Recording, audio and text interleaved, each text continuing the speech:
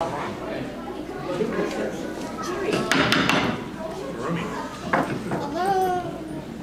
the meeting of the North Reading School Committee to order. Actually, we'll come back into a public session. We just exited an executive session for the purposes of discussing some litigation matters. This is extremely weird, just mentioning, this is roomy here tonight. We love traveling around because we're usually confined in the middle school library, so it's nice to be here tonight at the Batchelder School. I think this is our fourth annual worldwide tour of the North Reading schools, which we love doing every year. Before we get to the batch, though, our first item on the agenda is public input. So if there's anybody in the audience who wishes to be heard on a matter related to the schools or the school committee, please make it known.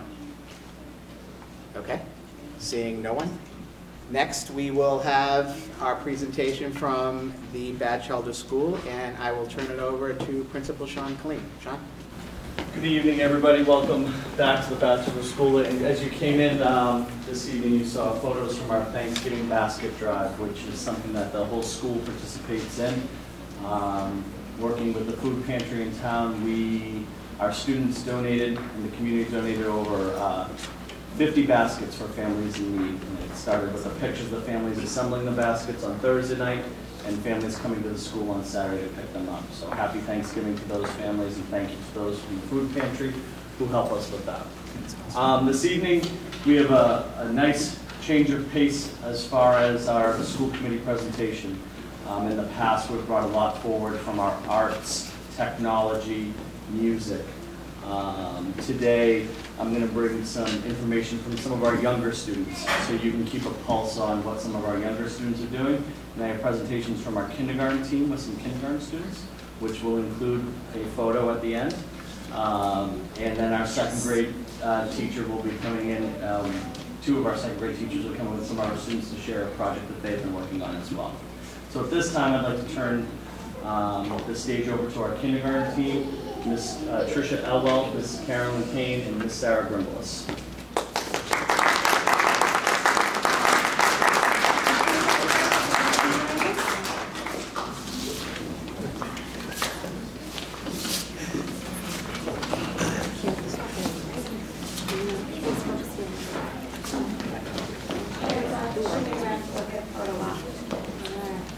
Good evening, everyone. My name is Carolyn Kane, and I'm one of the full-day kindergarten teachers here at the Batch. And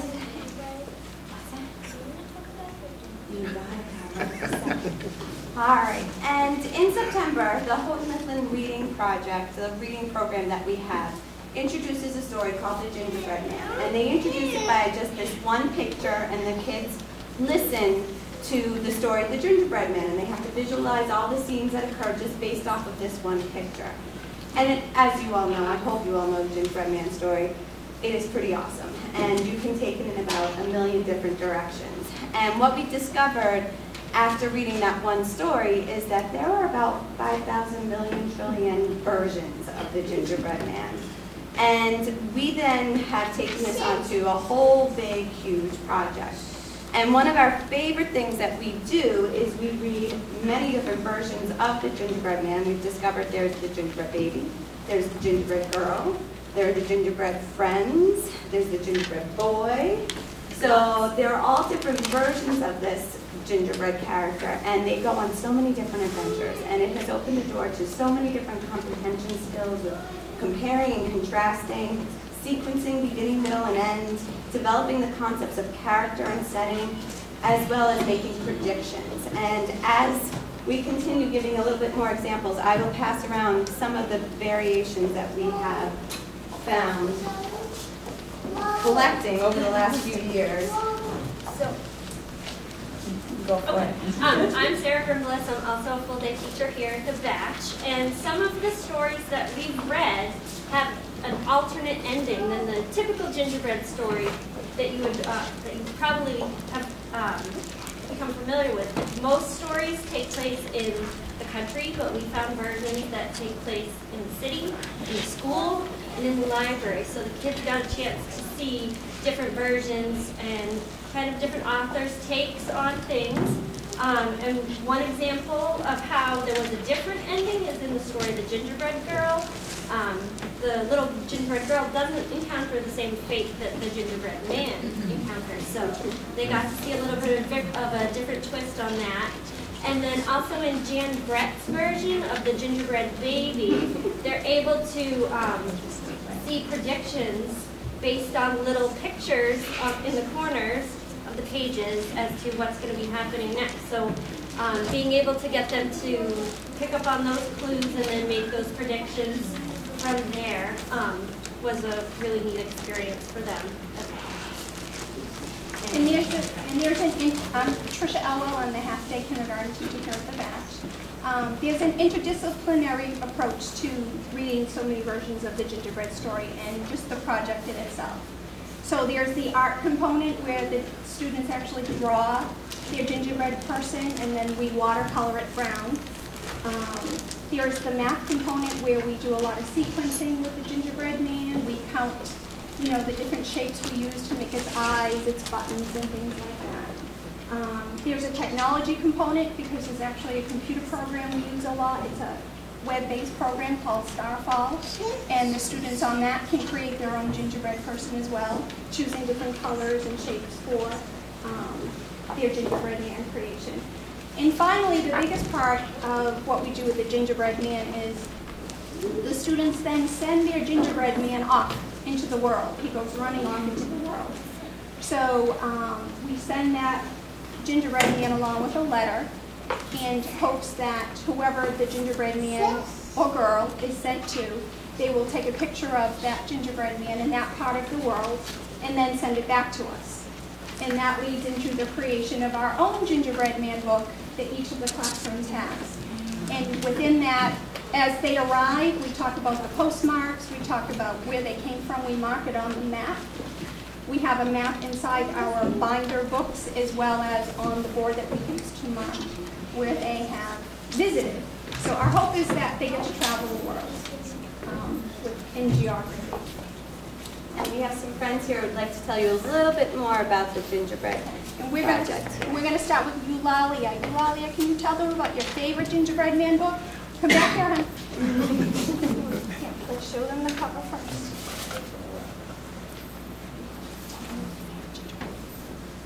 The favorite gingerbread book is The Gingerbread Girl. Nice. Because she tied up the fox's mouth with the neck of his hair. And what happened to her at the end of the book? She made more gingerbread. Did she get eaten? No. As it I don't know should if you be. can answer the question, but the gingerbread girl seems to be smarter than the gingerbread boy. Isn't that interesting? There's some logic in that. How did the gingerbread girl become smarter than her brother? Oh, Do you remember? While she was baking, who did she hear talking? Do you remember? The old lady. So she heard what happened to her brother from the old lady when she was baking. All right, nice job, you all. Thank you. And Luke, do you want to tell about your gingerbread? Here he is, right here. Where did he go? My gingerbread man to Chicago, Illinois, to visit my aunt and uncle, to get on the nature trail and saw those animals. Wow. And here is Luke's picture that's in our book. Did he fly to Chicago? Wow. That's awesome. And Connor, do you want to come over and tell about your gingerbread?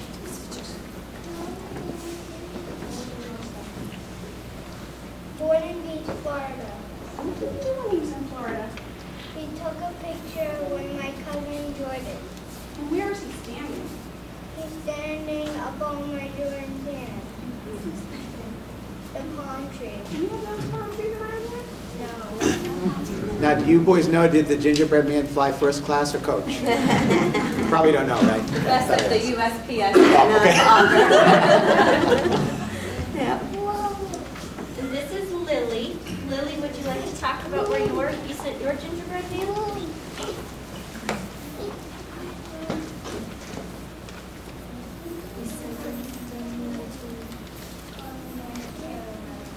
What did you do in North Carolina?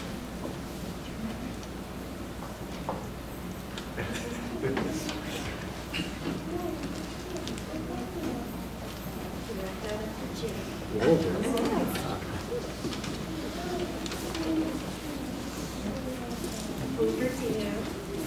Wow. And who did he meet up with in South Carolina, Lily? An alligator. Ooh. Meet up with an alligator in South Carolina. Thank you, Lily. Awesome, right? And this is Madeline. Madeline, would you like to share where your gingerbread man went? He went to Florida. What did he do in Florida? Tennis. With who?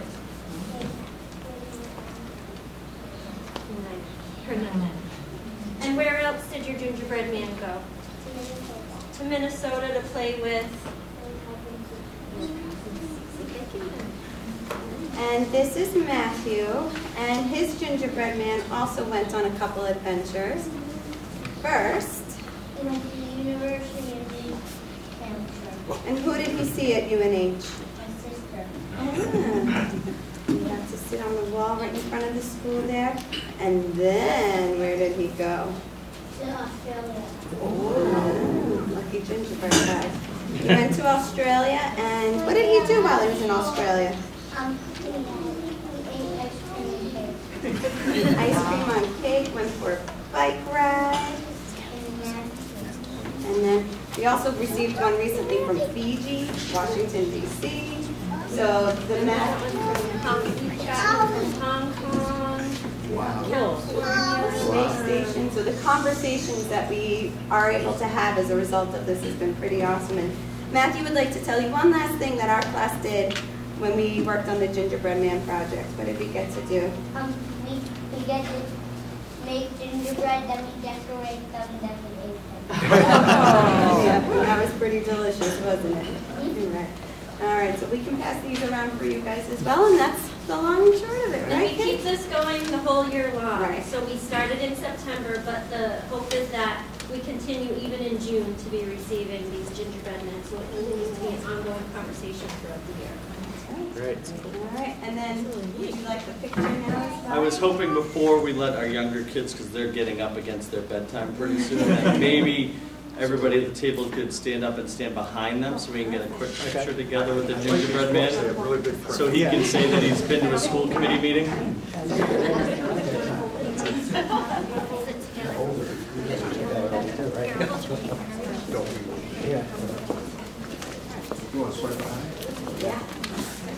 That's what I'm up, you're up. Let's go. It's a photo op. Not Layton, don't be shy, buddy. You went to the batch. My picture's your picture. You know you're always welcome, but I won't make you go up.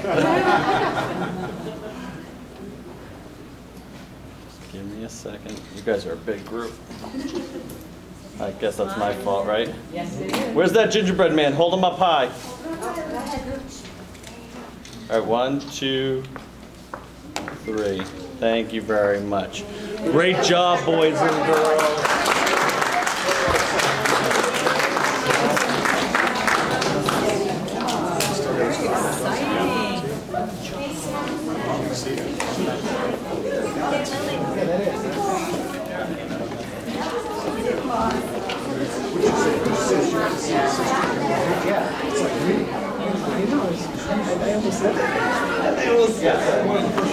I almost said, what happened? I know. I want to be in kindergarten. I want to be in kindergarten. We've been the traveling. I know you want to. Actually, I read 2 of them. I know. Very impressed. Thank you. I have her. Wonderful. Thank you, kindergartners. I want to quickly switch the stage over. I have 2 of our 2nd grade teachers, Miss Johnson and Miss Harris, and they brought a few friends to talk about. I'm going to switch over to that right now.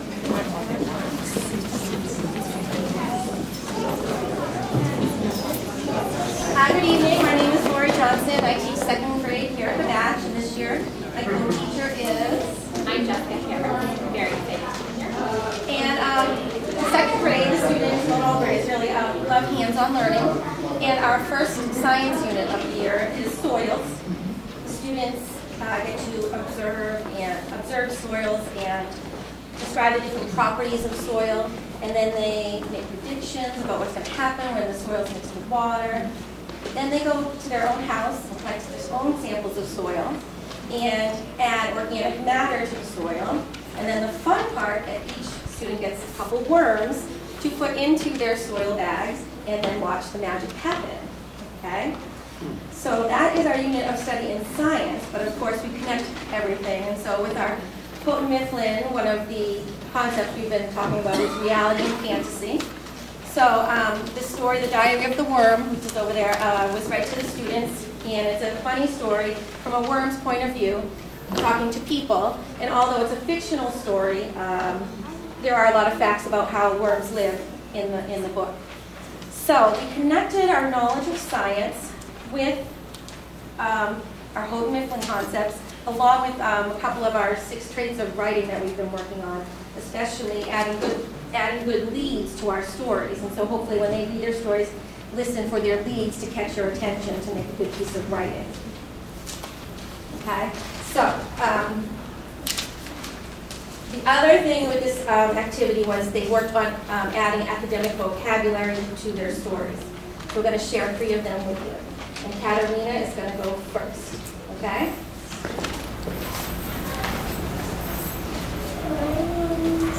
Name is Sunny. Sunny lives in the soil by me. Sunny eats compost. I made the compost. The compost has water apples, banana peels, orange peels, and garden spaghetti. I got it from the worms to survive. It helps the worms get away from the sun. Very good.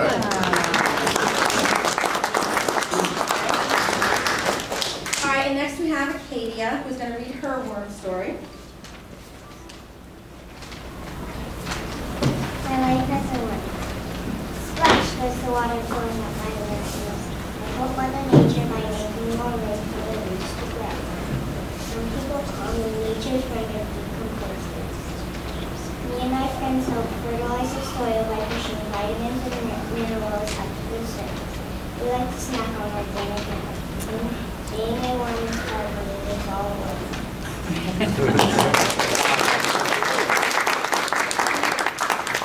Folks, if you remember, I don't want to put you on the spot, but what do we call that word that authors use when they write and they make things like worms talk?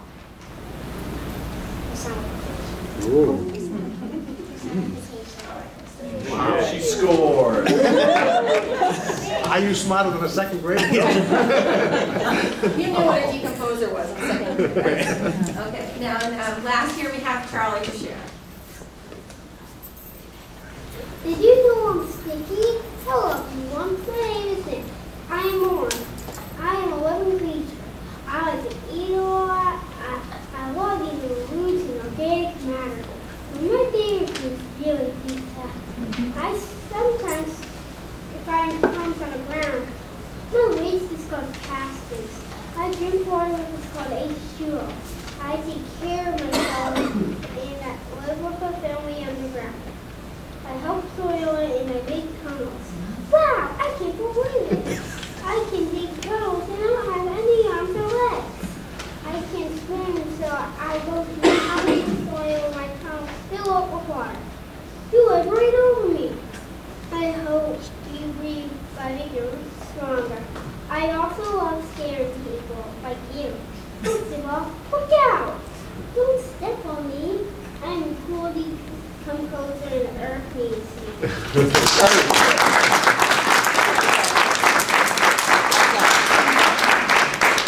Thank you for having us. Awesome. Thank you. Good That was great. Good job, kids. I don't think most of the people in my office would know what a decomposer is. That's pretty awesome. I thought it was something political. Yeah.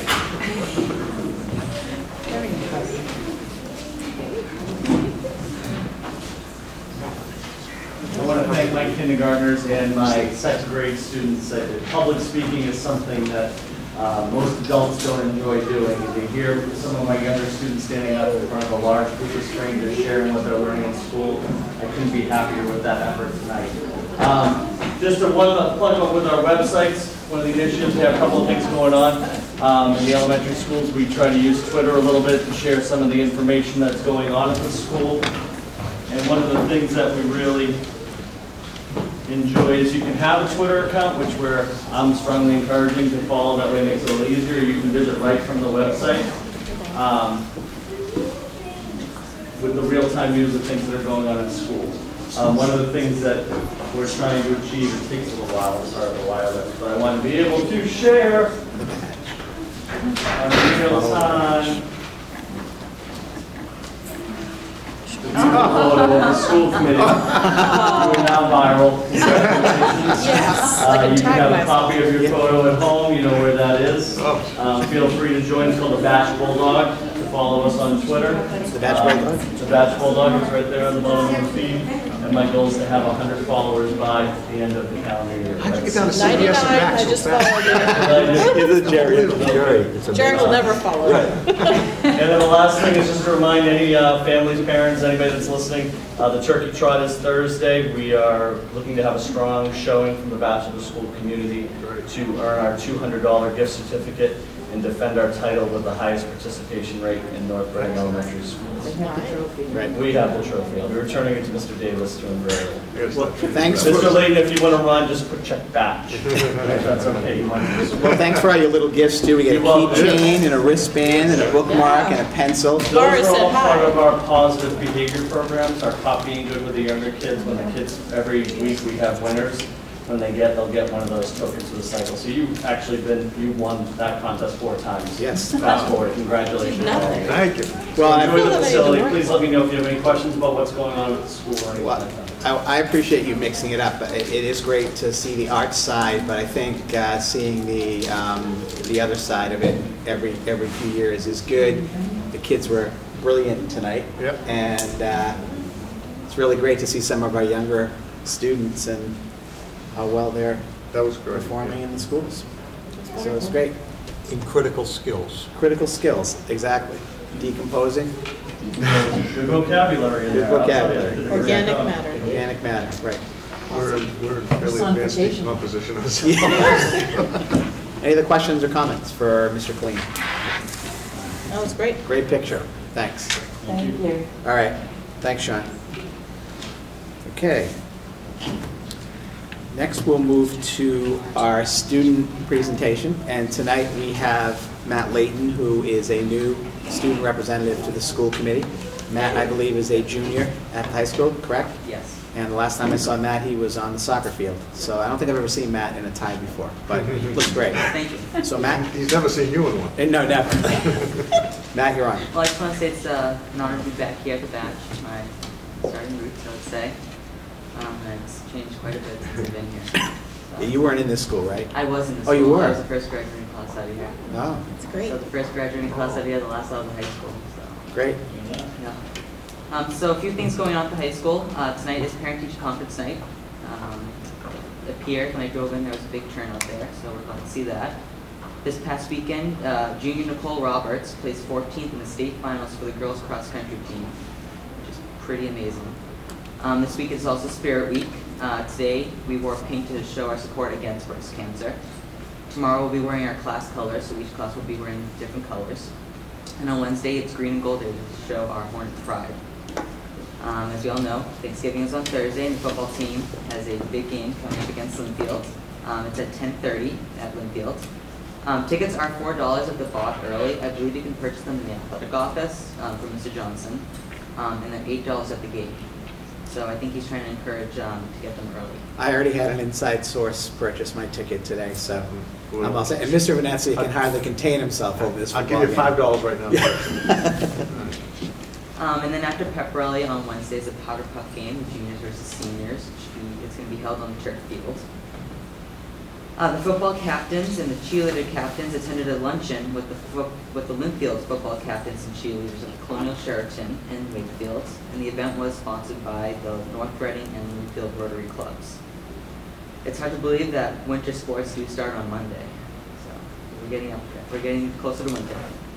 Auditions for the winter musical 9 to 5 were held last week. Student council is attending a conference next Thursday in Lowell. I believe it's for UMass. There was a science competition held last week. Students and coaches attended the sportsmanship conference on Friday at Gillette Stadium, which was sponsored by the MIAA. Last Thursday, there was a half day at the high school for NEASC evaluations. 5 to 6 accounting students will be attending Babson College next Friday to attend a conference. I'm not specifically sure what's it about, but I'm assuming it's something with accounting or business. And lastly, Photo Club is hosting a take a picture of the mascot this week. Students can purchase the photos for $2, and they're all framed and look very nice. That's a picture with the Hornet? Yes, with the Hornet mascot. Nice. And for my student work this evening, I brought in a project we did for our quarter one. For quarter one, we read The Great Gatsby in my American Literature Honors class with Ms. Hargrove. For this project, we had to write about our American dreams because the book did focus a lot about American dreams, how Gatsby, what his American dream was. We had to write 5 journals that gave us, they gave us prompts, so we had to write prompts for those journals. We also had to write interpreting the meanings of quotes from the novel. Our favorite color connections, because the book does use quite a bit of color connections in here. Our favorite quotes, and a collage of our American dream. So I'll pass this around. Great. Any questions for Matt? I'm curious if you want to share what your American dream is. Oh, my American dream is that I want to be the anchor of the Today Show for SEC. And his name's Matt. That's good. Perfect. How about your favorite quote? There was one in there about a Green Lantern. It showed mysterious. Gatsby was looking on the water and there's a Green Lantern. And we didn't know what it meant in the beginning of the book. And then at the end, it symbolized, can't find the word for it, his dreams. So that light represented his dreams that we didn't know about. As opposed to a graphic novel. Yes. Well, great job for your first time, Matt. Yeah, thank you. Very very good good. job. Very good. Excellent. And Good to welcome see you. aboard. And we'll be seeing you at future meetings. As we always say, you're free to leave and It's kind go home. of great that you could come back to your first meeting Yeah. at the Batchelder. Yeah. That worked out well. Yeah. We planned that all along. Okay, great. Thanks, Matt. Thank you. You don't have to stay, by the way. Right. Okay, back to our agenda. Our first item of business under continued business is an update on the school building project.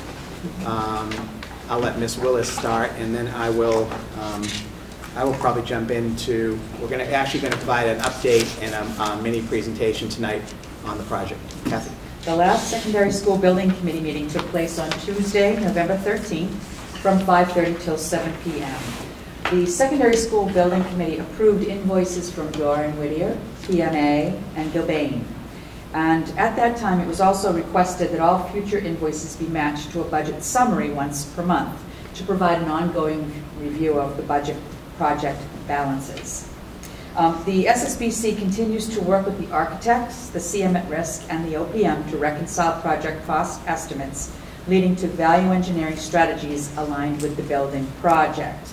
And at this point in time, Mr. Webster will provide a presentation on the update regarding the high school, middle school building project.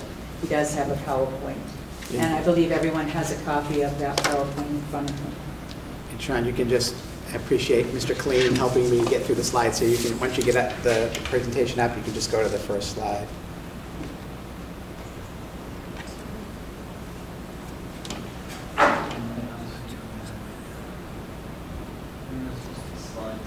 It's up higher.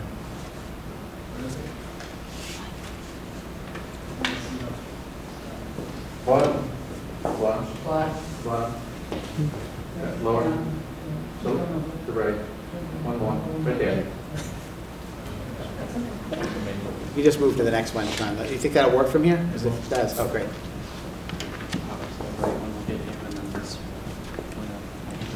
Okay. So that's just the right. Oh, okay, great, thank you. So just a quick update. We did approve the project at a town meeting in, was it January, Jerry, or February? February or March. February, and then, well, the special town meeting, and then we had an election a few weeks following that. Since then, we have an architect, an owner's project manager, and a construction manager are all on board. The modular classrooms for any of those who've been up to the middle school site or have middle school students have been relocated, and that turned out to be a major project. I think many of us were amazed how quickly we got it done. The modules have all been moved from one end of the school and are now sitting in behind, I guess next to the, in behind the gym, or the, is that where they are, Carl? Yes, adjacent to the gym and the LGR. Right, right. Trees were cleared out front. We have new parking lots. There's a new traffic pattern that all the parents and the buses seem to have become accustomed to quite nicely. We've been before, or the architect, owner's project manager, construction manager, along with representatives from the SSBC, have been before the Community Planning Commission, the Conservation Commission, and the Zoning Board. Kathy, we don't have approvals from any of those yet, correct? We have, no, I'm blanking on a word. We have temporary approval from CPC. They need to go back to CPC after meeting with the Zoning Board of Appeals, as well as the Conservation Committee, to make sure that everything that needs to be in place is in place, and the CPC is the last board to vote. Okay. At this present time, the construction design drawings are 60% completed. When the project is approved, the construction design drawings aren't completed at all. They're not even started. Right, we're working on design drawings. Design drawings, or schematics. Is it schematics or? Schematic design. Right, schematic design. Then there's the design development, and that's followed by construction documents. And it's expected that those documents will be completed in December, January timeframe? December, okay. And as many of you know, we held a groundbreaking ceremony on November 3rd, and we've already spent close to $6 million between, with our three partners there, the architect, owner's project manager, and the construction manager, and also a large chunk of that was to move the mods and to put the new parking lot in and remove the trees, etc. Over the last 3 or 4 months, we've worked closely with the professionals that I've mentioned before to prepare early release packages. These are packages that go out to receive bids and for site work, for concrete, and for steel. And these are 3 of the major parts of the project, and they account for more than 20% of the overall project budget.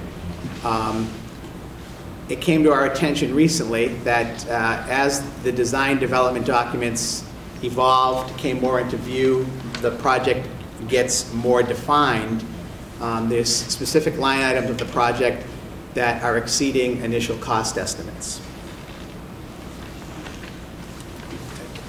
It's pretty simple, the areas that are causing, driving the cost for the overruns.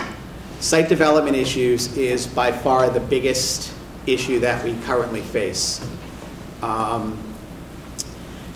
There were initial borings done when the project was first approved with the feasibility study money that we had. And then once the project was approved, there were much more extensive borings done. And they've turned up some unsuitable soils, some clay, some loose soils, mainly under the, where the new high school will be built, the classroom building. And those have to be removed, and they have to bring new fill in. There's also new EPA and Department of Environmental Protection Agency regulations that must be complied with, which is adding to the cost. We have additional steel that is going to be required, I believe, mainly in the middle school project, although when we met last week, our owner's project manager and construction manager are working hard to bring that down a little bit in terms of the increased steel. There's a fairly large cost overrun on the heating, ventilation, and air conditioning system that we'll be putting into the school.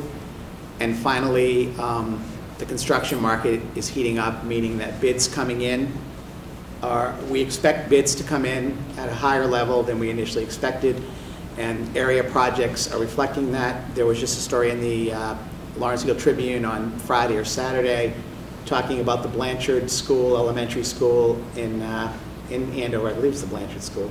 Is it? Bancroft. Thank you. Blanchard, Bancroft. The Bancroft School, it's a $44 million project that they're already building, and right now it's coming in at $5 million over budget.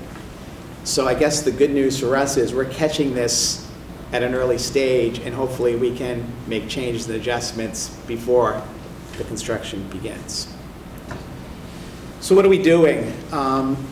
Over the past 2 weeks, the design, development, and construction teams are identifying alternative solutions / changes to resolve these issues.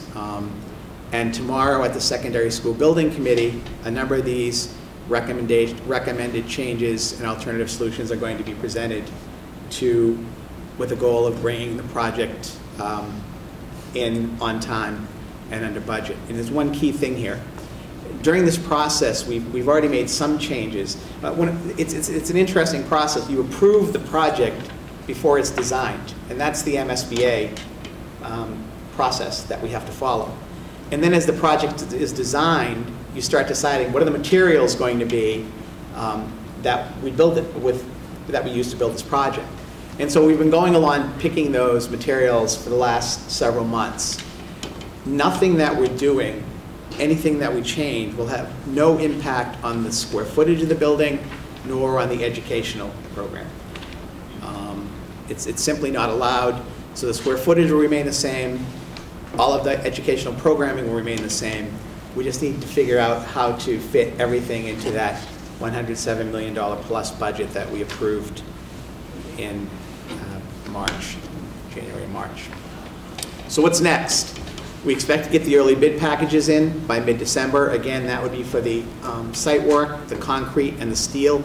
We'll have a much better idea then where we stand on materials, because we'll have real numbers. Everything right now is an estimate. The only numbers that are real is what we've spent on the 3 companies that are advising us, and what we spent to move the modulars and to build the parking lots and remove the trees at the middle school. As Cliff said earlier, the construction design documents will be completed by the end of the year, and those need to be submitted to the MSBA at that time. We will know the final estimated cost of the project at that time. Our goal is to keep the building project on schedule and on budget. So next steps again are, there's an important meeting tomorrow of the Secondary School Building Committee at the high school at 5:30. And then from there, our hope is that we can have changes approved that fit the scope of the project, that allow us to come in at the budget that we're working with at this time. So the next steps in terms of informing the public are, I'm assuming by sometime in December, we will have another report for you, because by then the building, the design will be completed, and we'll have those bids in for the core aspects of the project. Kathy, you want to add anything, or Jerry? Or? No.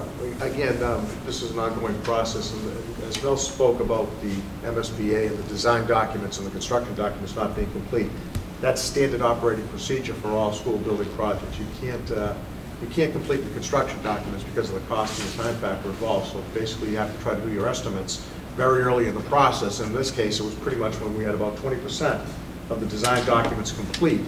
That's when we did the estimates, and that's when we came up with the number that we have. So most of the adjustments we're making are design adjustments. There eventually might be some, things a little bit more dramatic.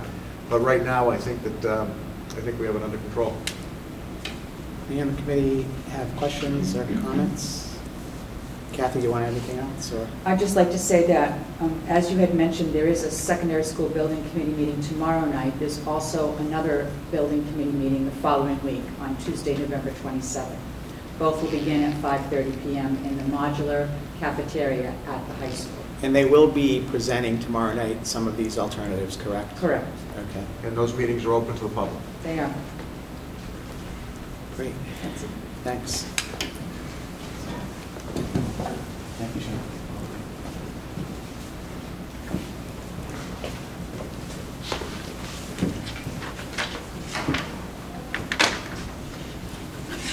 Okay. Next on the agenda, I just wanted to take a brief moment to address an issue that had arose maybe back a month and a half ago, 2 months. We had someone in here, a parent, discussing the baseball field at the new school project.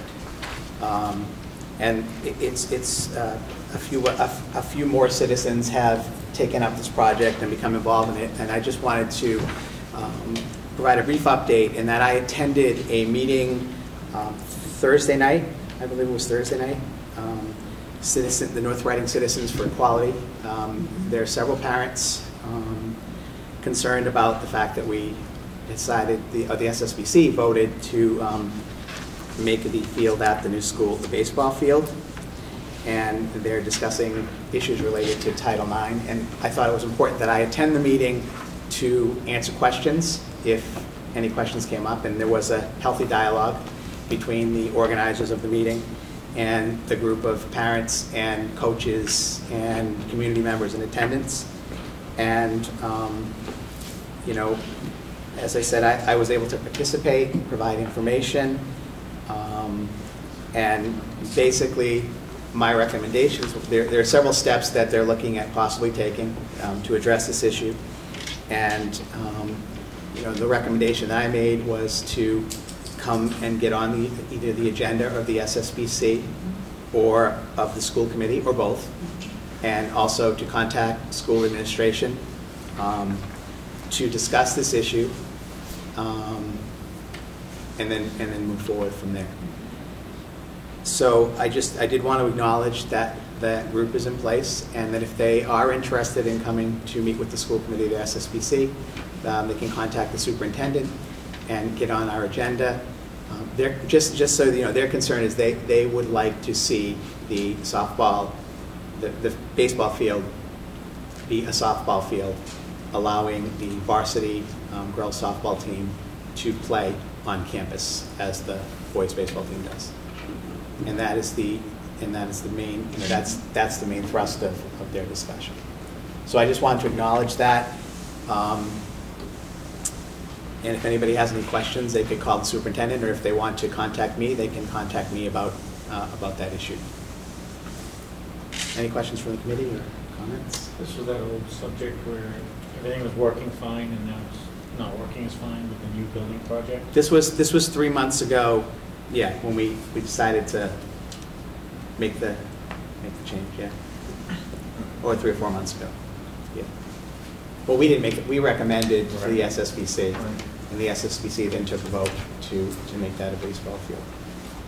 So how come they haven't approached Title IX in the previous years? I'm not clear. I think the issue became, it raised its head anew when we're building a new school and we're putting a new field at the school. Yeah. So, and I think up until about 5 years ago, the softball team played at the Batch. No, it's been a lot longer than More that. than 5, 8 years. Help me out, Mike. It's been at least 11 or 12 years since they moved over to the little school. At least back to, what, 98, 99? Yeah, okay. So it's been a while. Okay. Since they've been over. Yeah, they had played at the Batch. There was a field down in the corner when the old Batch, Right in the front, right at the road. The right. Home plate used to be under the wires. The backstop was to keep the balls from going into the road on foul balls. But they've been over at the little, I'd say, 13, 14 years at least. So again, just want to put the spotlight on that issue. It's been raised anew, and we'll continue to monitor it and hopefully look forward to coming to a resolution. Okay. Next. We're actually gonna the mass conference report we're going to put off till next issue meeting because we have a really long agenda tonight. We've already had the LD Batchelder School presentation.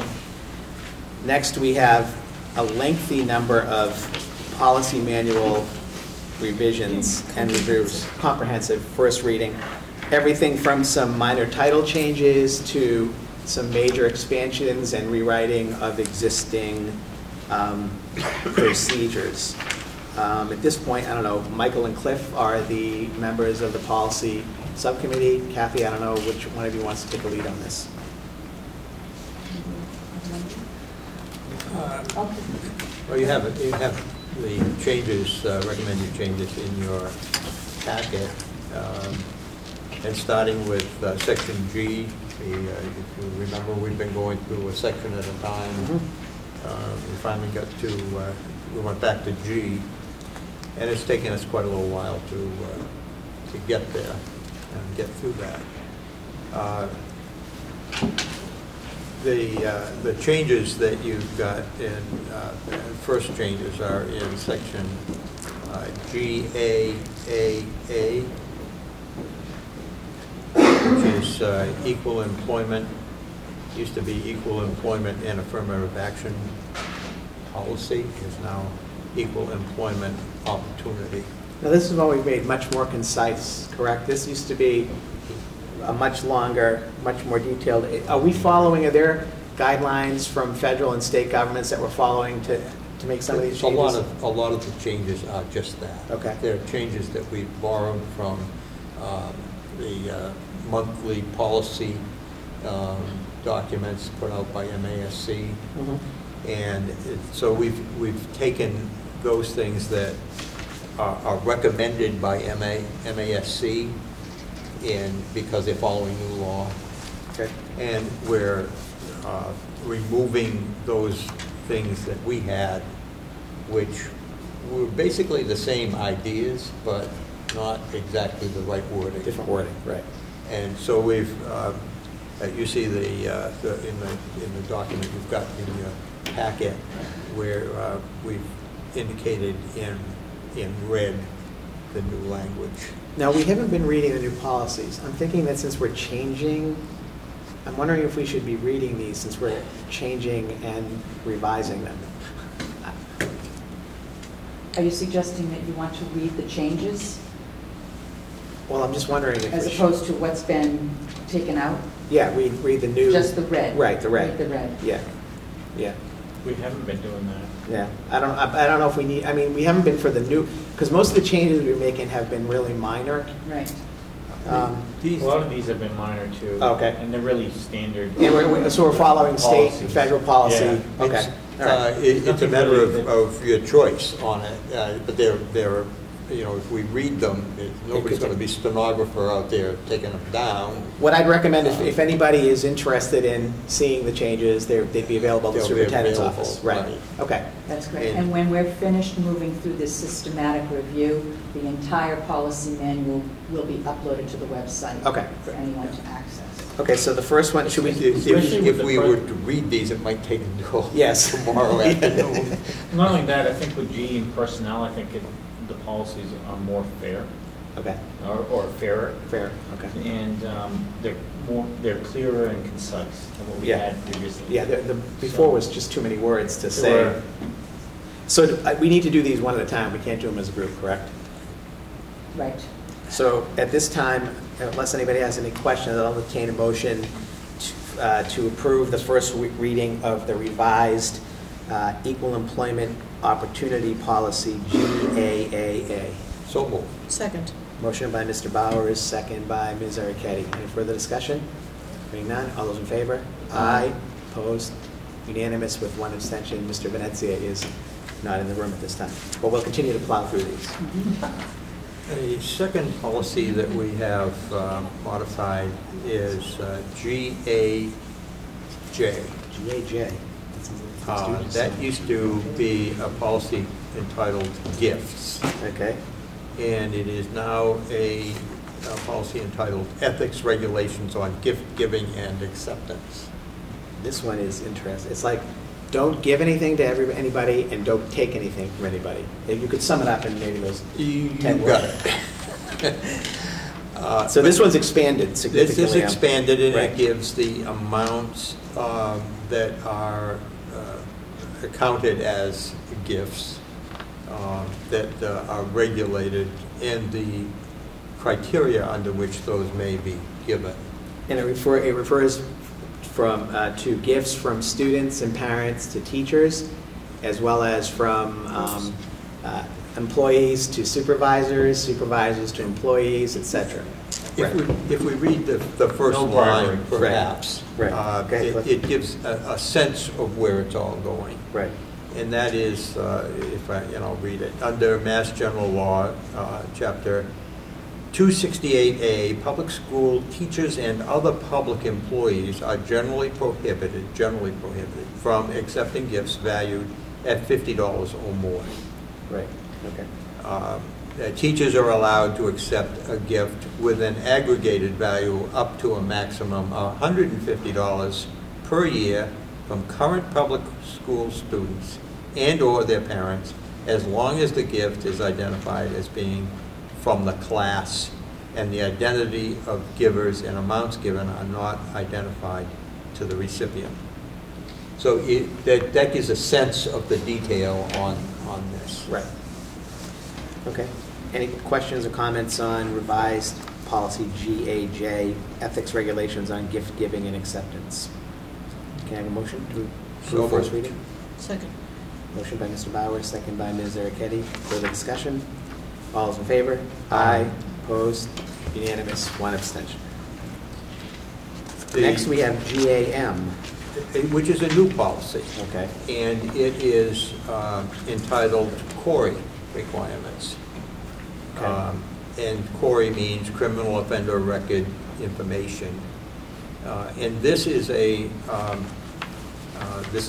a policy recommended coming out of MASC. Mm-hmm. And it fits, it's a fairly important one for us to have in place at this moment, because we are going to have a whole raft of folks from outside the world, the outside world in our grounds, working on our school project. And we already query everybody who's involved in the schools. And I mean, not teachers, but No, teachers as well. Teachers, We are but obligated to do that every 3 volunteers. days. Yes, volunteers. etc. So we just need to have the policy in our manual. Right, we're coming Right. current. Okay. The policy is very explicit as to who, how, and when. Okay. This is a good policy. Yes. It's very good. Yeah. So I make a motion to approve the first reading of the new CORI requirements, policy GAM. Okay. Second. Okay. Motion by Ms. Ericetti, second by Mr. Bowers. Further discussion? Hearing none. All those in favor? Aye. Aye. Opposed? 4-0, one abstention. Next. The next change that we have is in policy GB, which is professional personnel section. And that's simply changing the words business manager to director of finance and operations. Okay. And I It's make the a only motion. change in there. Oh, sorry. Somewhat controversial. Yeah, that's very controversial. Very, very.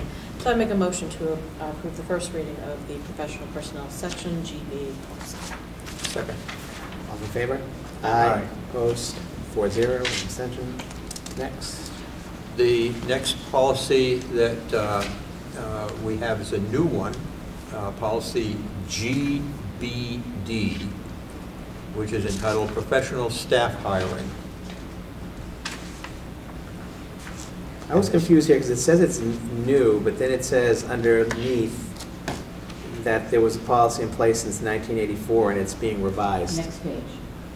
The Okay. next page details the old, or the current policy in place. And what we're suggesting is we're replacing the entire old policy with this new policy is written by MASC. Okay. And again, this is written by MASC and it relates to non-discrimination in hiring, or? That's correct. And again, an explicit process for hiring new personnel. Okay.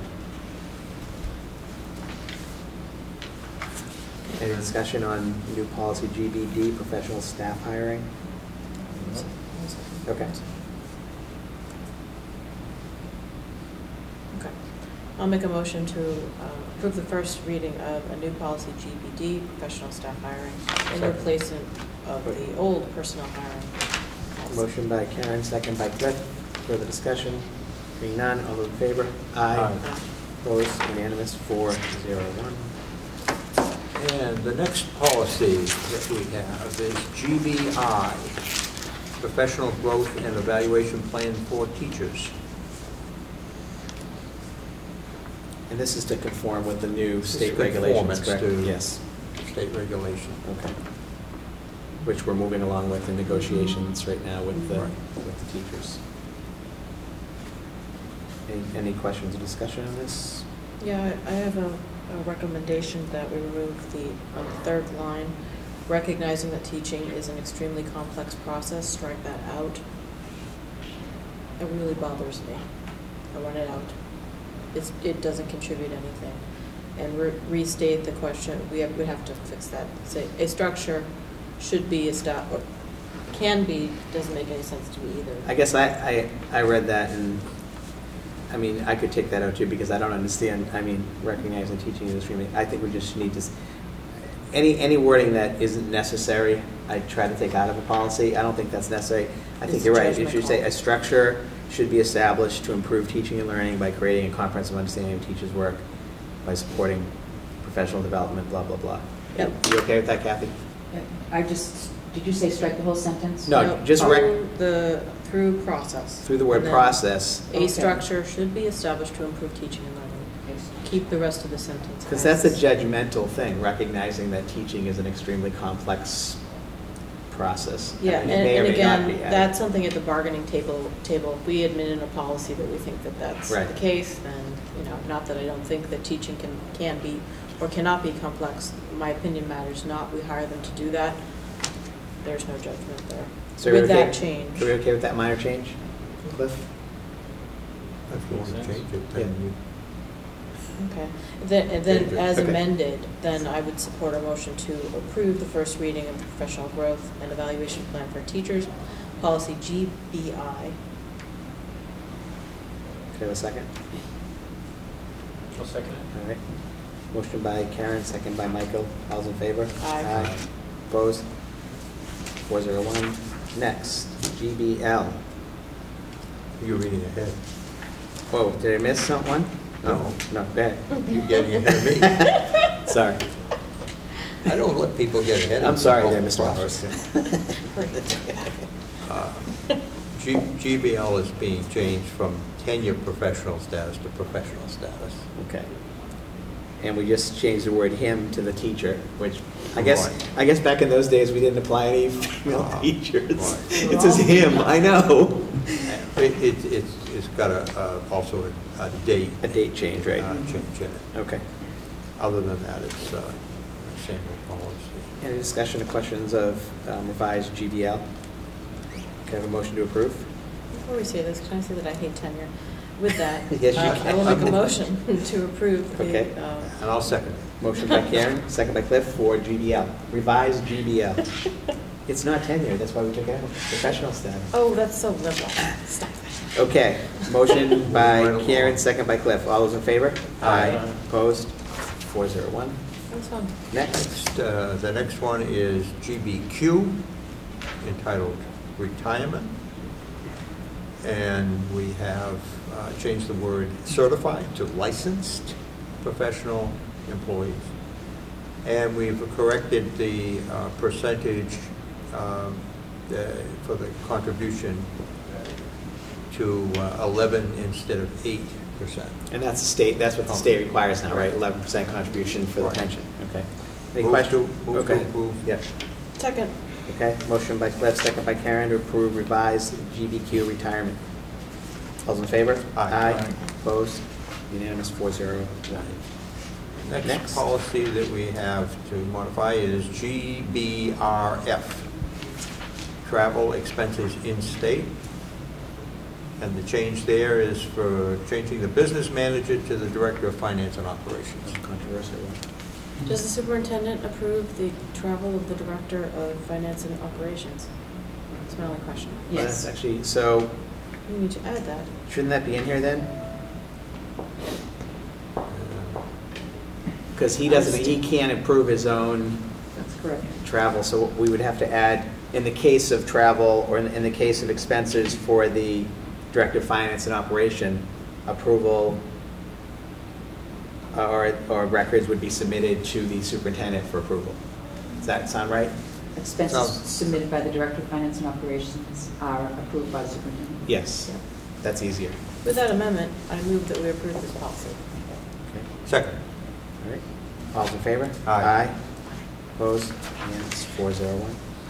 Oh, there's a lot of policies. It's usually not this detail oriented. Next policy that we have up for review here is GBRGB, tutoring for pay.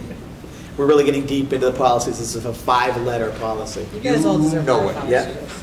These are just the policies that we're Correct. modifying, you know. Yeah, And we are adding a sentence, 2 sentences at the end of this policy, that this would be considered a conflict of interest, no paid tutoring by individual not writing school employees on school sites is permitted. I think it's important to add that to be perfectly clear about the policy. It makes it more explicit. Yeah, very explicit. Nice add. There's no questions as to what the policy Move is. to approve policy GBRGB So as moved. amended. Second. All right. All those in favor? Aye. Opposed? 401. The next policy we have in G is GBRHB, administrative conferences and visitations.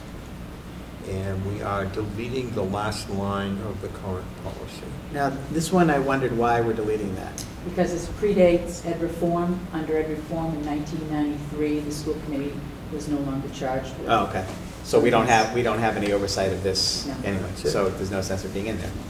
Okay. Move to approve GBRHB as amended. Second.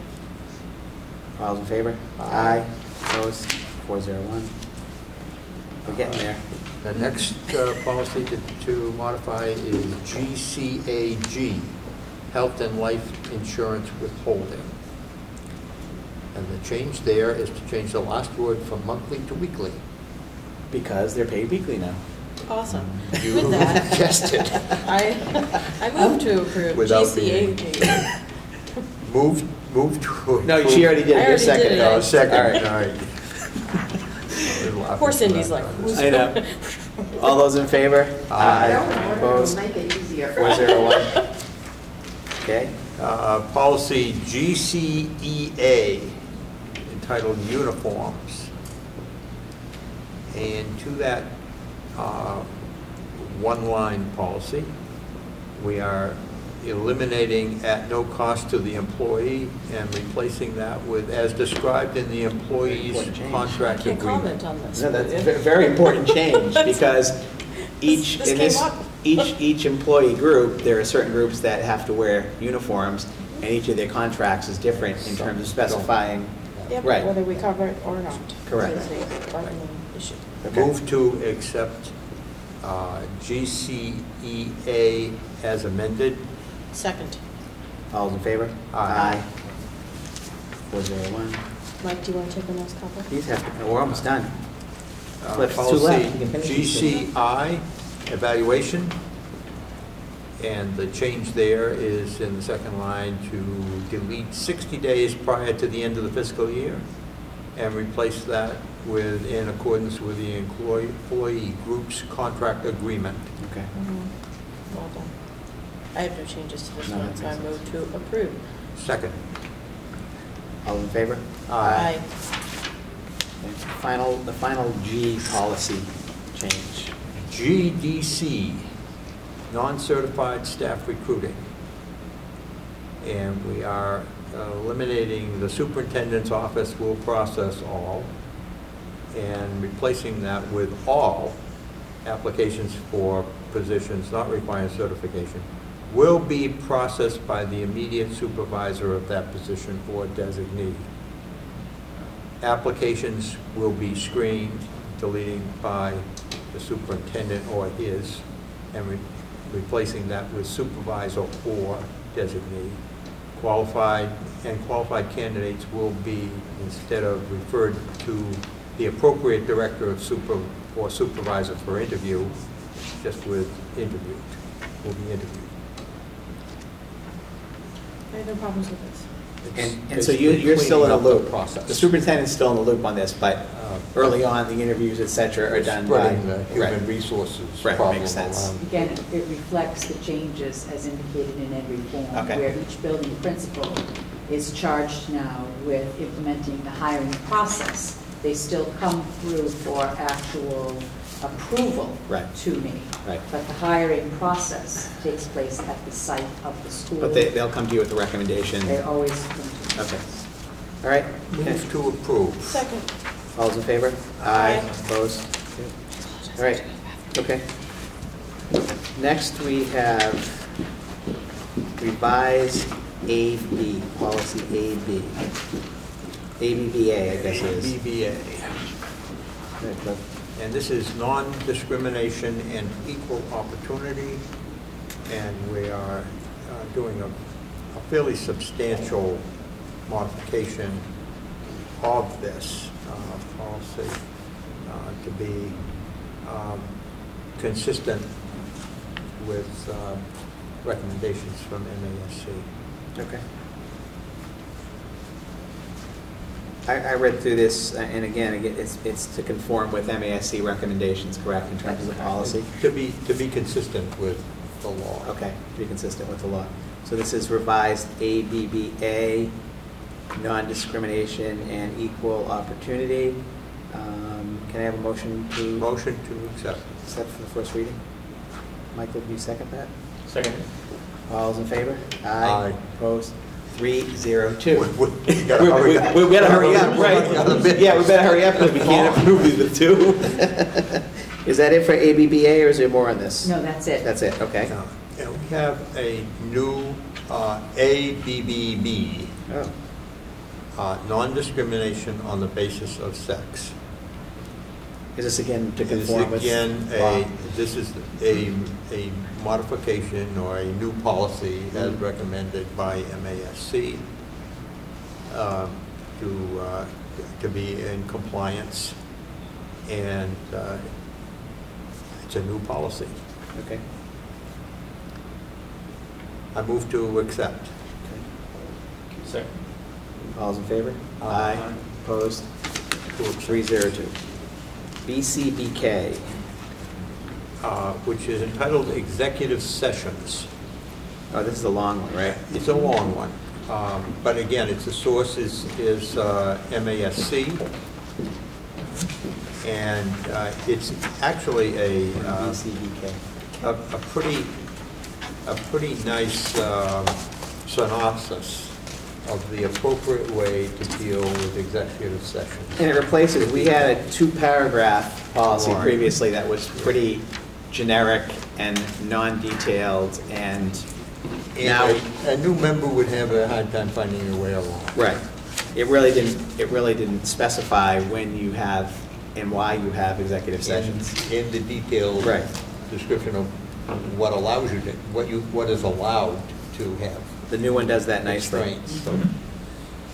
Move to accept. BCBK. Second. All right. Further discussion? All in favor? Aye. Opposed? 401. Two more. New policy EBBG entitled Emergency Plans.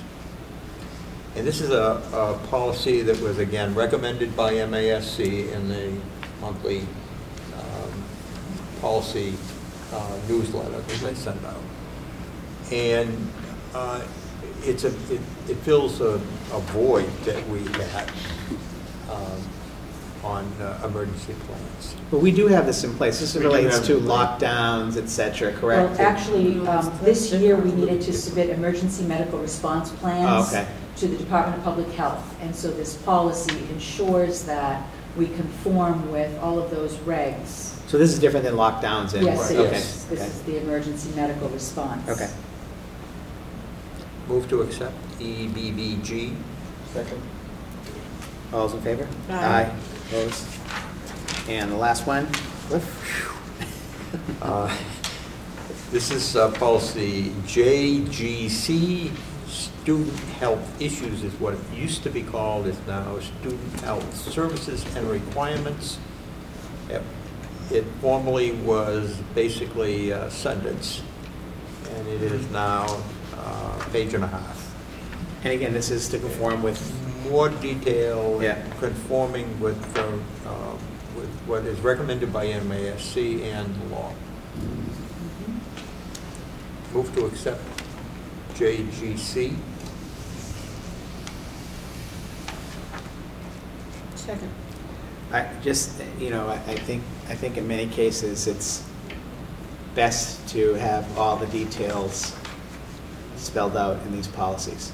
I think it does, however, put more of an onus on the school department to make sure that when you have a general policy that's one sentence, you kind of, you can kind of,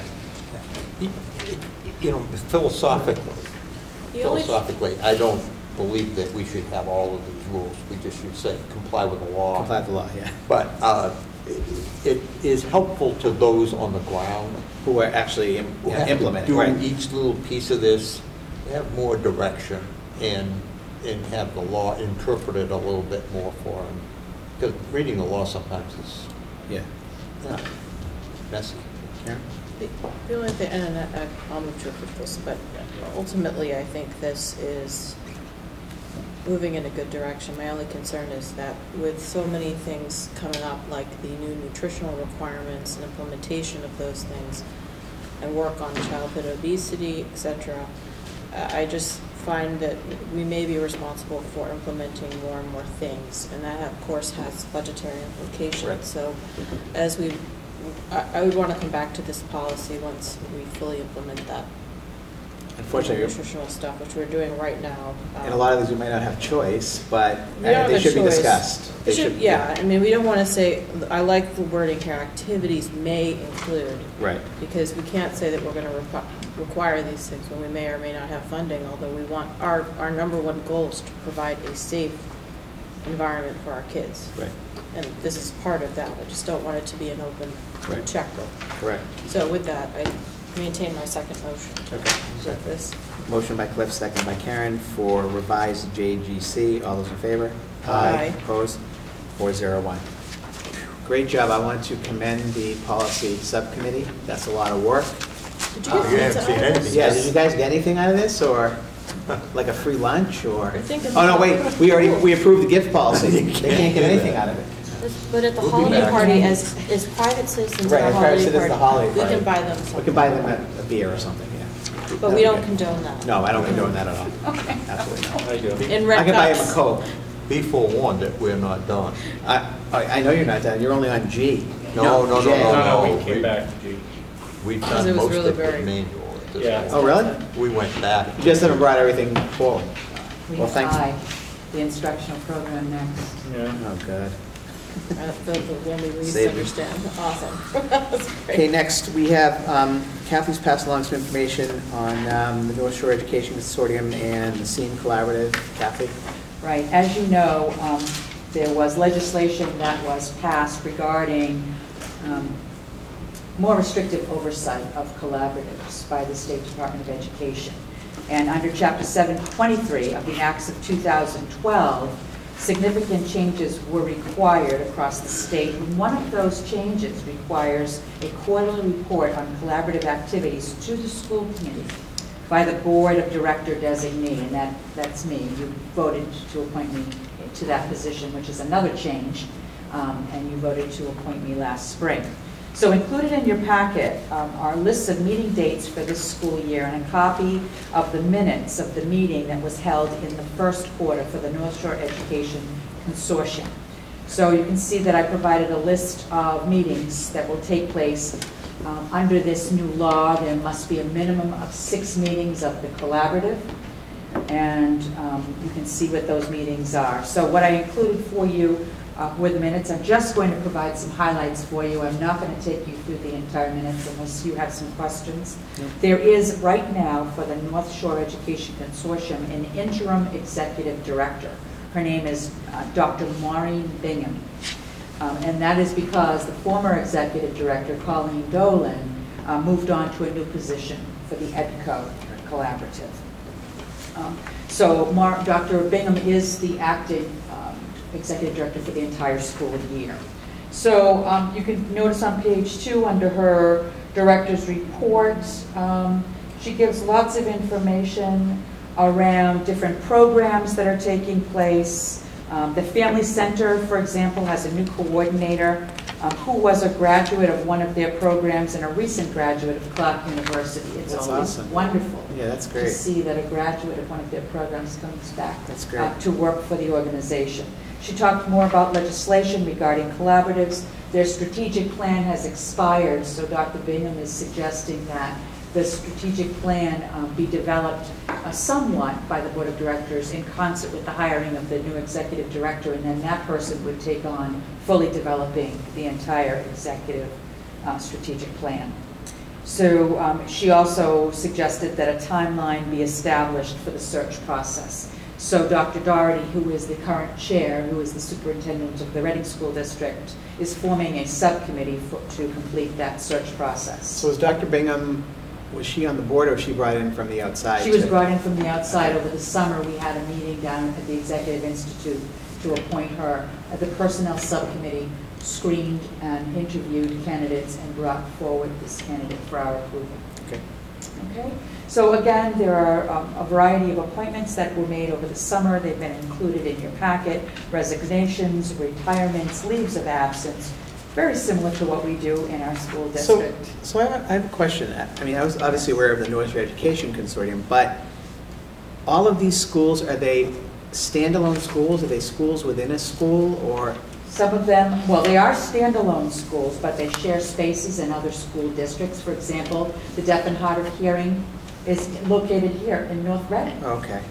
For the SEAM Collaborative, which I haven't gotten to yet, but that's just an example of how some of these programs are housed in public school settings. And is our goal, when we are required to send students out of district, to, if possible, place them either with the North Shore Consortium or the SEAM? That is correct, and that is why we belong to 2 collaboratives as opposed to 1. Lots of districts only belong to 1, but we feel that we maximize a cost-effective and highly capable alternative to public school setting for students who may need that kind of a placement by utilizing these 2 collaboratives. Because it's impressive the level of services offered and the types of students that can be served at the various schools in the two groups. I wasn't aware that it was as wide-ranging as it is. It is wide, and that's why I wanted for you to see the various schools that are included and what their enrollment looks like. So you had those profiles provided to you in your packet. And if there are no questions about the North Shore, I'll move on to SEAM. Similarly, with the SEAM Board of Directors, we had one meeting on October 3rd, and because we haven't had another meeting to approve the minutes, what I provided for you as part of the quarterly report was the Executive Director's Report, which also gives you a flavor for some of the activities that are taking place in the SEAM Collaborative. This is a smaller board of directors as compared to the North Shore Education Consortium. So you can see in the Executive Director's Report, she talks about the regulations under Chapter 43 and provided a nice little overview of the following actions that must take place in FY13. And I thought for the purpose of notifying the public, I'd just read those because the board needs to provide quarterly reports for the school committee. That's what we're doing now. We need to revise the collaborative agreement and submit it to the department by March of 2013. Each collaborative now needs to prepare and submit an annual report to the Department of Ed. They did not previously. There will be an annual appointment of the board members by the school committee. So you did that last year, you'll do that every spring. There's required trainings for all new board members, and that is designed by the Department of Ed. And an independent board member will be appointed by the department to each and every collaborative board. So then the executive director, Kathy Lawson is her name, went through and talked about the various programs that are in place at SEAM, where they're experiencing growth, key developments, and expansion areas for this particular school year.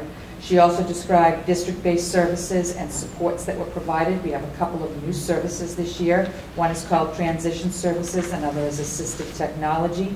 There are Java-likes that began last year and are continuing this year. Patrick Daly participates in the Curriculum Director's Java-like program. And our new Special Education Team Chair, Kristen Burke, will participate in the Educational Team Leader Java-like. And finally, on the last page, Ms. Lawson went on to describe the various 2013 professional development offerings that will take place. And these are what are planned to date. There are more to come. So this is slightly different than the North Shore, right? I mean, the North Shore has a lot, it looked like 8 or 9 different schools, programs. This is smaller and fewer programs? Smaller and fewer programs, and I'll have an overview of those programs similar to for the next meeting, or the next quarterly report. And the program that we house in North Reading, is that a SEAM or a North Shore? That is SEAM. It's the Deaf and Hard of Hearing. So that's a SEAM program? Yes. And that's housed at the middle school? It's housed at the Hood School. At the Hood, okay. Yes. Great. Has been for quite some time, and the students are very successful in that program. Any questions on the North Shore Consortium and SEAM reports from the superintendent? I appreciate getting this information, getting it quarterly. Any changes that we need to be made aware of, I think this will be helpful. I think so. Great. Okay, next, we had a slew of policies, and now we have a slew of minutes. Bills and payroll, John? Bills and payroll, I don't. Good question. Oh yeah, I gotta go back to the agenda. Did I miss bills and payroll? No, it's okay. Just keep going. Minutes, okay.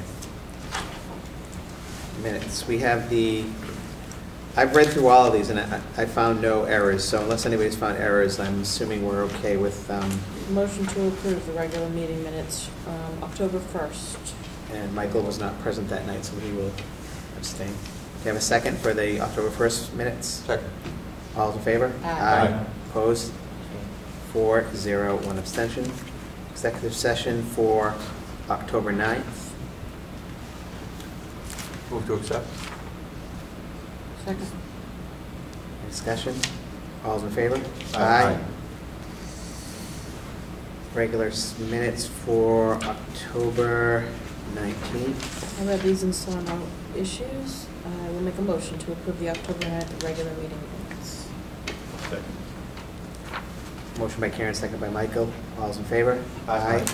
Motion unanimous. Regular, yeah, minutes for October 22nd.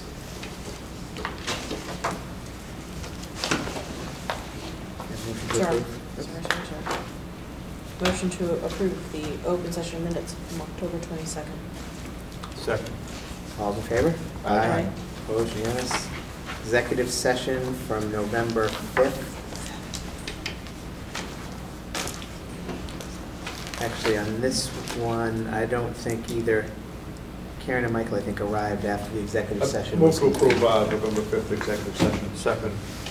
Motion by Cliff, second, Jerry, second by Cliff. I believe Karen and Michael have to abstain on this one. Yes. Yep. All those in favor? Aye. Opposed? 2 abstentions. And then we have the minutes from November 5th. Move to accept. Second.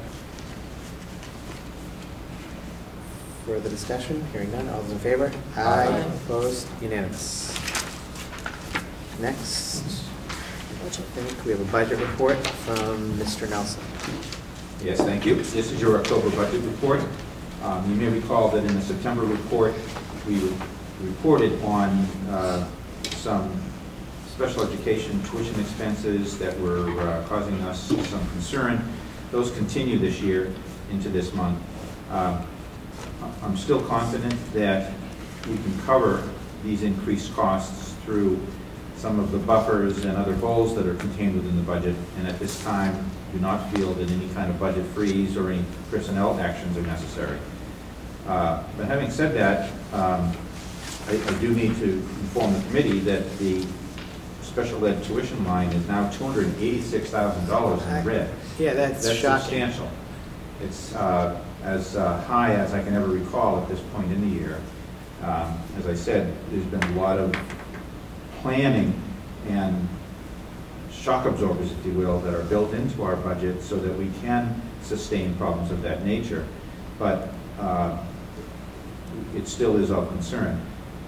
Both the superintendent and I are working closely with Patty Bullard as recently as pretty much on an almost daily basis. I work with her to understand where these things are and what the future holds. As always, these budget reports are structured in kind of a worst-case scenario at this stage, so that as some tuitions are absorbed by the budget, it may be that those students won't be out of district the entire year. But this is close to being a major concern at this point in the year. But I guess three pieces of good news on that is, one, the circuit breaker percentage has increased from the state, right? Yes. Two, we were able to prepay several tuitions, at least partially, last year, so that takes some of the sting out.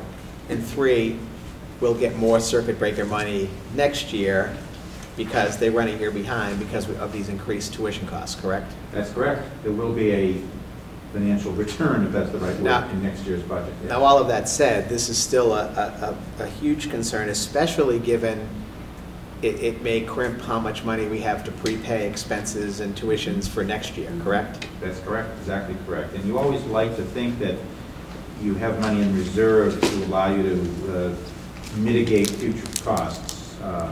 And we will have, it appears we'll have less flexibility in FY14 to do that. But the bottom line is that there's just really no way of predicting this, correct? That's correct. Someone moves in, a change in program for an existing student, et cetera. A student that may be receiving services out of district, it needs a more restrictive placement, going from a day program to a residential program. Those things do happen. We have if I do say, the People Personnel Office has a very good financial tracking system whereby they are tracking the costs by high-cost student, by 12 or 15 different categories, and they are examining IEPs and making quantifications about what's going to cost on a quarterly basis, on a monthly basis. So the ability for us to measure these issues is there. There's no concern that I have as business manager that the information is not available. They do a nice job managing it. It's just unfortunate that the manifestation of this isn't so positive. Cliff, you have a comment to make on this? Or? No, this is not just us. It's, right. It's looking at the listserv of late. There's a lot of activity about what this is doing to other people, and they're all looking for adequacy study to come through and help in this area.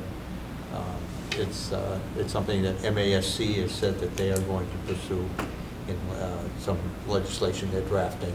But we've looked at legislation in the past and brought it up too, and, right. and it doesn't get a lot of attention at the State House because they all turn around and look at each other and say, well, where will we get the money? Right. Well, that's the same problem we have in cities and towns. So everyone, where do we get the money? So everyone understands the way it works, Carl. There's a baseline number that the state sets in terms of a tuition.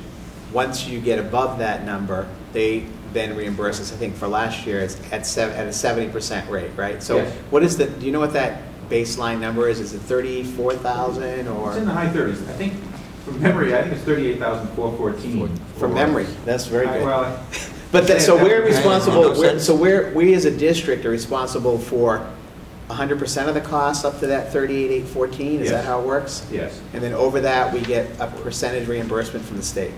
Basically, yes, we get in this present fiscal year 70% of the costs above $38,000. And that's part of the problem when you're putting your budget together, and you're responsible for that. Figure that one. Right. Right. The only other thing I just want to point out, oh, I'm sorry, No, go ahead. Is that every time we talk about this and we monitor the SPED issues, I just want to remind us that not all of this is entirely waste, even though we are looking to be very careful that this represents students and their families. Right. So ultimately, our goal is to provide for the educational needs of those children and their families long term. This is not just a one-off thing.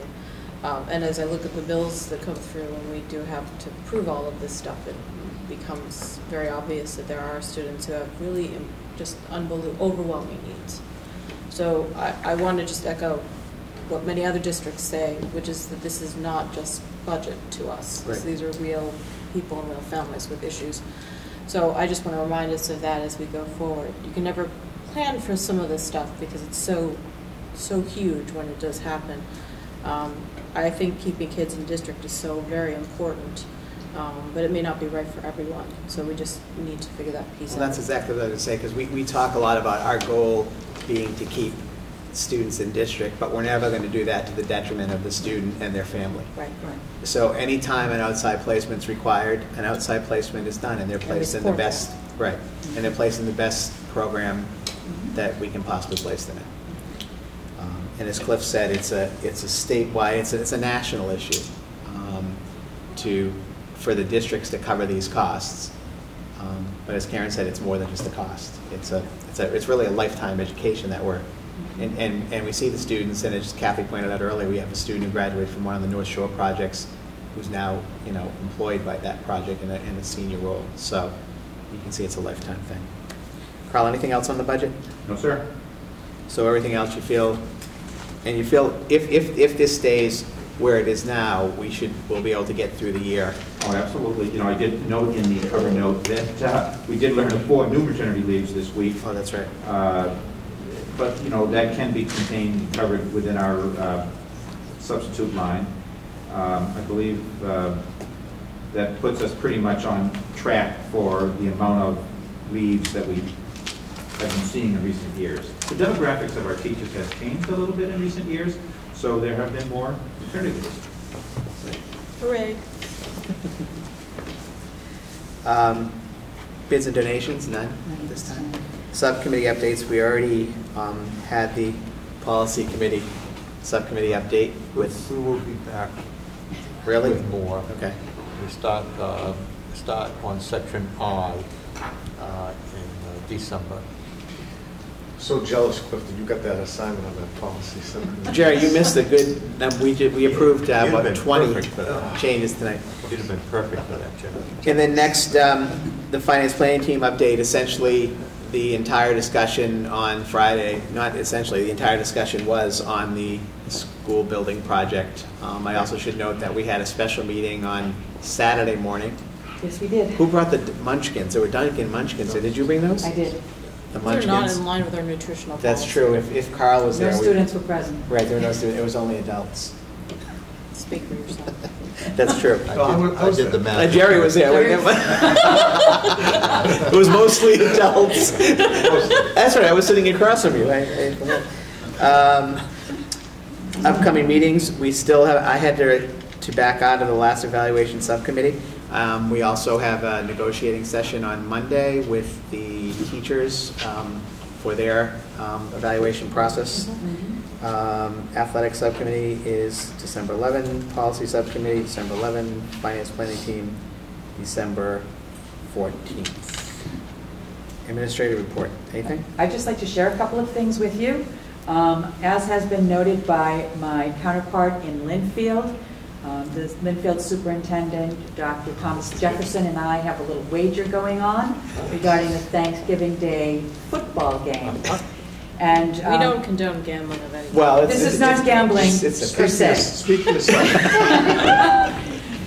when the North Reading football team wins, the following Monday, Dr. Jefferson will need to don a North Reading football jersey and be in our high school cafeteria for the lunches to be served to the students. The high school principal and I will escort him around and make sure that we have, we won't ridicule him. We'll introduce him to the students that will be dining in the North Reading cafeteria. In the unlikely event that Linfield wins, I will need to return the favor in Linfield. Yeah, we don't want to see Kathy wearing a Linfield football jersey. No blue and gold. Kathy did have a very good idea, too, for the superintendent when he's here. We're going to get the tiniest football shirt we can find and make him He's fit in. 6'5". Right. Very broad. I'm extremely impressed that the superintendent of Linfield Schools is Thomas Jefferson. I mean, that is quite an achievement I don't for think that. it's him. I think it's like his He's getting on in years. He's getting on in years, but he's doing a wonderful job. I understand for he's doing well, being around for so long. On that note, if anybody's watching, this is the first time in 32 years that North Reading may be able to go to the postseason and eventually the Super Bowl if they beat Linfield on Thanksgiving. So hopefully, again, we're going to get a huge turnout from North Reading because it's games in Linfield. It's at 10:15 on Thursday morning. Thanksgiving's on Thursday again this year. Yeah, that's unbelievable. And it'd be great to see a big North Reading contingent out there. I think the weather's supposed to be feeling good, too. Well, as Matt Layton noted, if you want tickets, I really suggest going to the high school or calling up, because it's going to be difficult to get tickets for this game.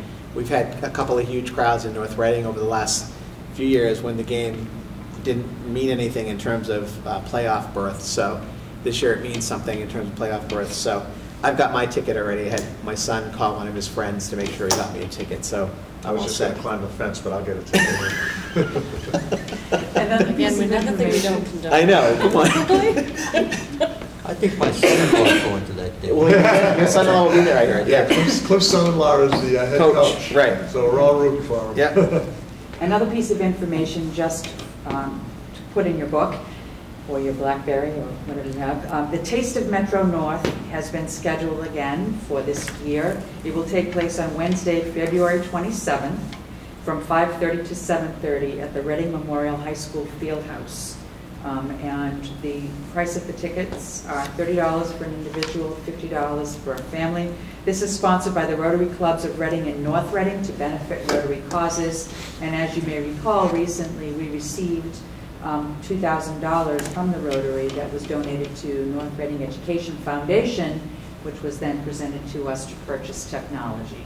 So it does have a benefit directly to the North Reading Public Schools. And finally, what I'm passing around to you now, take one please, is the new North Reading High School informational brochure. This is coming by way of Principal John Bernard, and it's such a well-done informational brochure about North Reading High School, their core beliefs, their academic offerings, their student assessment data, recent college and university acceptances, the community service that students do, the kind of technology that's offered, the parent association in their mission statement, all the various student activities that are offered at the high school. And finally, it talks about the interscholastic athletic teams at North Reading High. And so this is a very well-done brochure that would rival any private school brochure in the area or across the country. It's really heralding all of the wonderful opportunities that we provide for students here in North Reading. And that's it for me. And future business, our next meeting will be a regular meeting at the middle school. On the 17th, we'll have our meeting at the high school. That will also be our annual Christmas festivities. So we'll hopefully, Festivus for the rest of us. Hopefully we'll get that meeting done and over quickly. Can we expect to hear our grievances? I don't know. Maybe we'll go to the new Joe Fish. Oh, right, the new restaurant might be open open. that night. Might be open, that's right. And then we'll be meeting Monday, January 14th at 2013. Monday, January 14th, 2013. Another year older. Anything else? I'll make a motion to adjourn. You have a second? Second. All in favor? Aye. Opposed? Unanimous. I don't think we're going to get out of here till 9:30 tonight.